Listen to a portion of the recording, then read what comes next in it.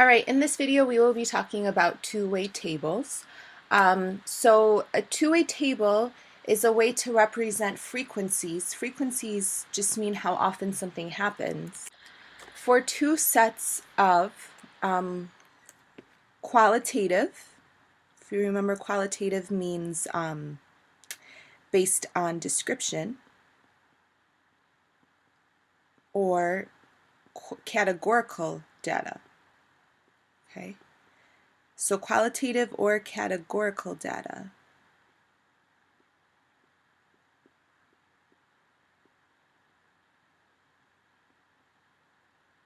Such as gender, sport, flavor, color, or shape. So if somebody asks you what your gender is, your answer will be a description. If somebody asks you what your favorite sport is, you're not going to say 3, for example, right?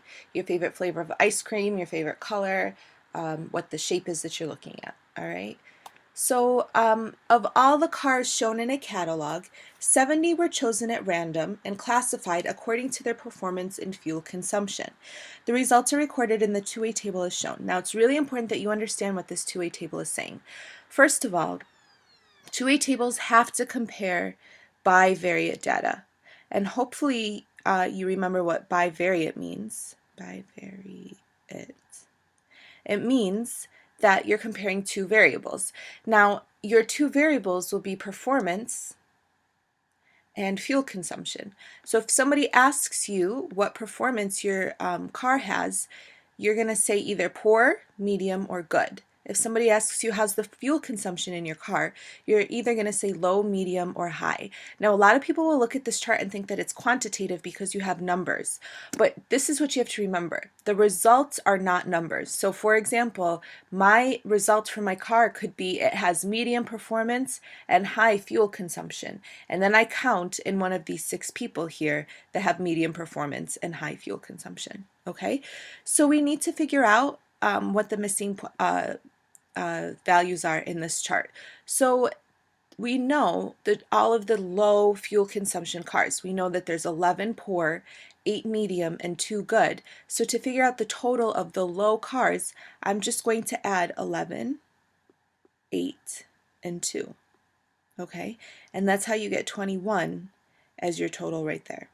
Okay, same thing for medium. I can figure out all of the medium fuel consumption total, how many there were, by just adding 8, 14, and 7 together. So to figure this one out, I would add 8 plus 14 plus 7, and I would get that there were 29 cars that had medium fuel consumption. Let me just remind you all that this 21 means that there were 21 cars total that had low fuel consumption. Now, I can't figure this out or this out quite yet. I'm sure you can figure out a way to figure it out. But let's go back to the ones that we can keep going with. So we know that all the poor performance cars, we know that 11 have low fuel consumption, 8 have medium, and 1 has high. So to figure out the total number of poor performance cars, I would just add 11, 8, and 1 together. Okay, and then for that, when you add that together, you'll end up getting that there were 20 poor performing cars. Okay, same thing for medium performing cars. I would get that there are 8 plus 14 plus 6, so that means that there were 28 medium performing cars. Okay, now this is all I have right here.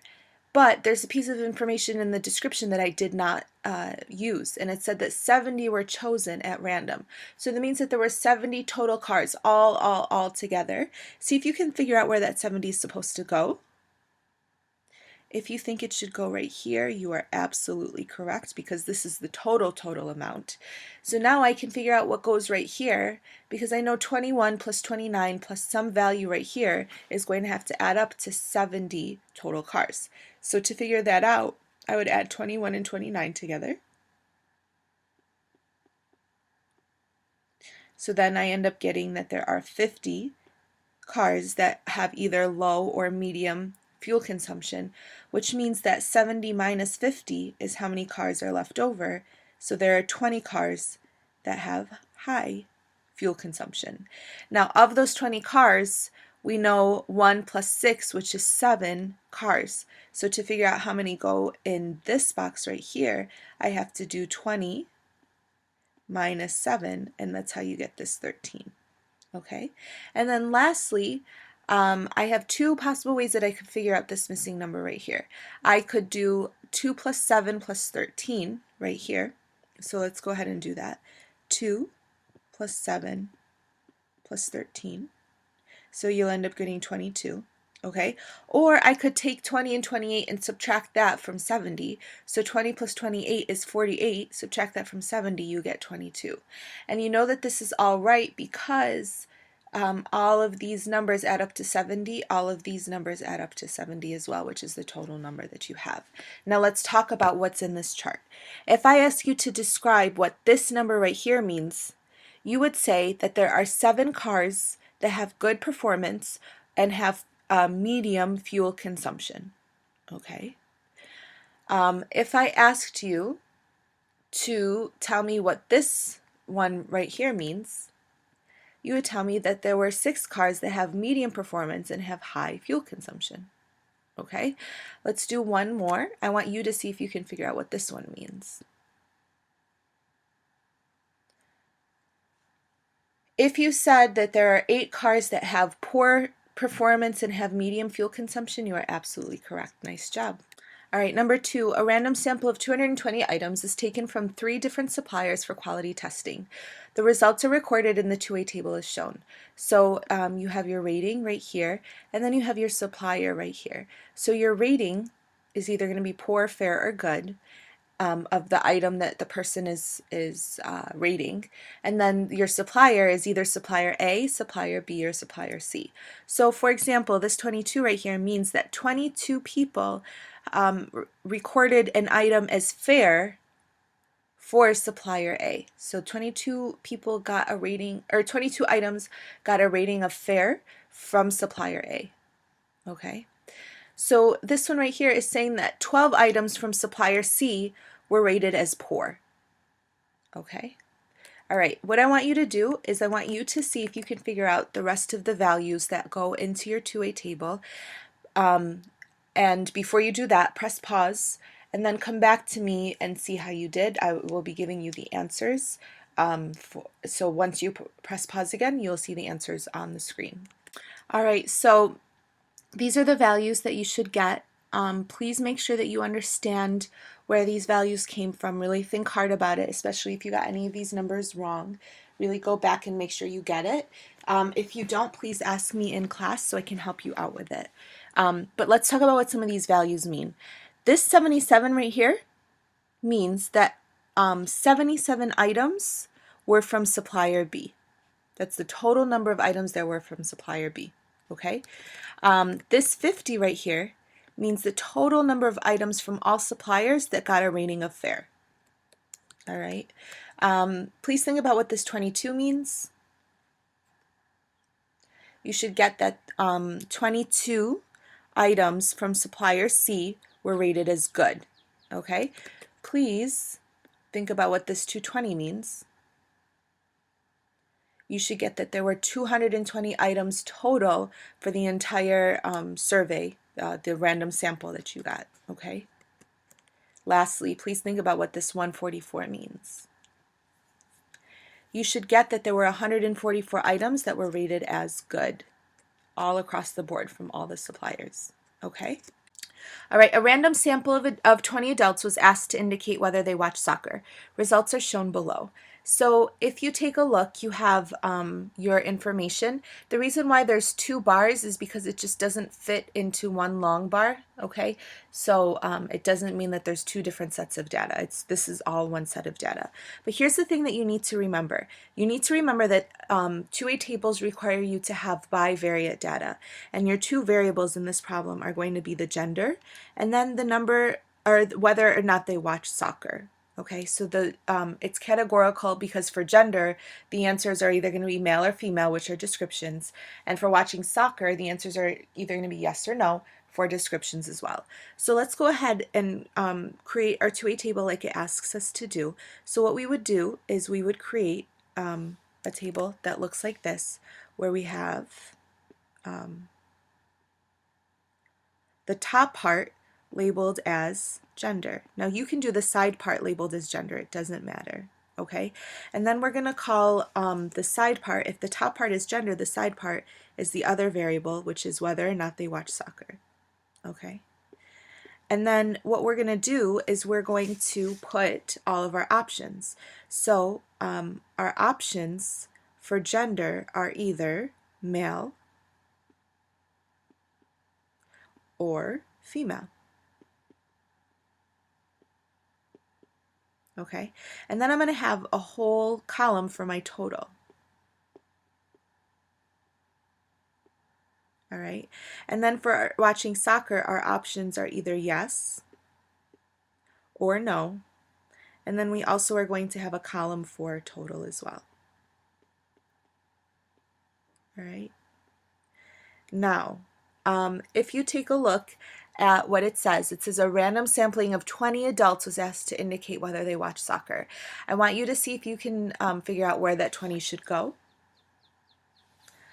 All right, if you write down here, you are absolutely correct. Now we're just going to use our chart to figure out how many people go in what section, okay? So we know, let's fill out this box right here. So this box is for males that do watch soccer. So we're going to look for M and Y. So let's count up how many M and Ys we have all together. So here's an MY.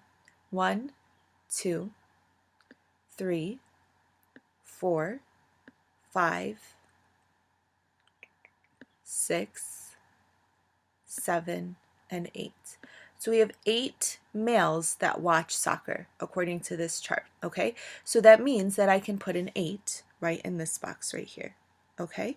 Then the next thing I'm going to do is I'm going to figure out the next box. So let's figure out this box right here. So these are the females that watch soccer, okay? So let's go ahead and count up all the females that watch soccer. So we'll look for females with yeses. So here's 1, 2 females that watch soccer according to this chart. So we're going to say that a 2 goes right in this spot right here for a total of 10 people that watch soccer all together.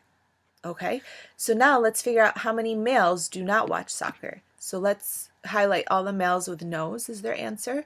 So we have 1, 2, 3 males that do not watch soccer. So we're going to say this is a 3 right here. And then we're going to count up all the females that don't watch soccer. So we'll look for all the F's with no's. So we have 1, 2, 3, 4, 5, 6, 7. So right here we've got 7 females that do not watch soccer for a total of 10 people that don't watch soccer. This is looking promising because 10 plus 10 is 20, okay? And then let's figure out how many males total were surveyed. 8 said yes, 3 said no, so that means that 11 were surveyed. And then the number of females that were surveyed, 2 said yes, 7 said no, so 9 females were surveyed, okay? And that's how you create your own two-way table. All right, so now let's use our chart to answer these questions. What percentage of adults watch soccer? So let's see how many adults watch soccer altogether. And we have a total of 10 adults out of 20 adults surveyed that we have for our whole entire set of data. So 10 out of 20 adults watch soccer. So to figure out our percentage, I take the part over the whole. When you divide that out, you end up getting 0.5, which is 50% of adults watch soccer. Okay. Now describe any association between the gender of an adult and whether or not he or she watches soccer. So we are going to say, according to the data,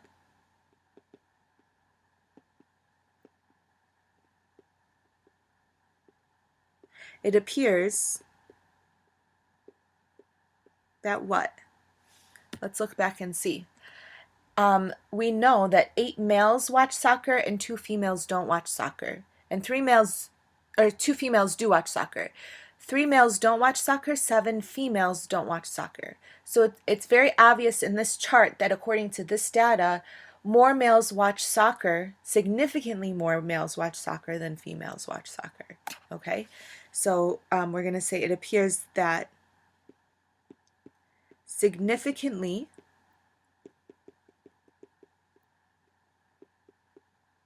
more males watch soccer than females too. All right, hopefully these two-way tables make sense to you. We'll get some practice with it in class. See you next time.